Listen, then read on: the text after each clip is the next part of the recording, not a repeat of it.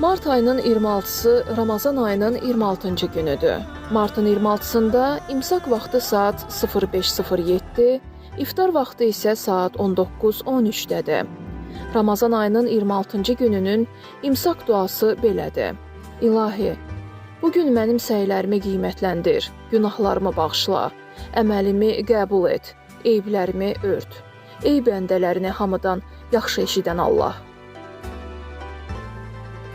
İftar duası isə belədir.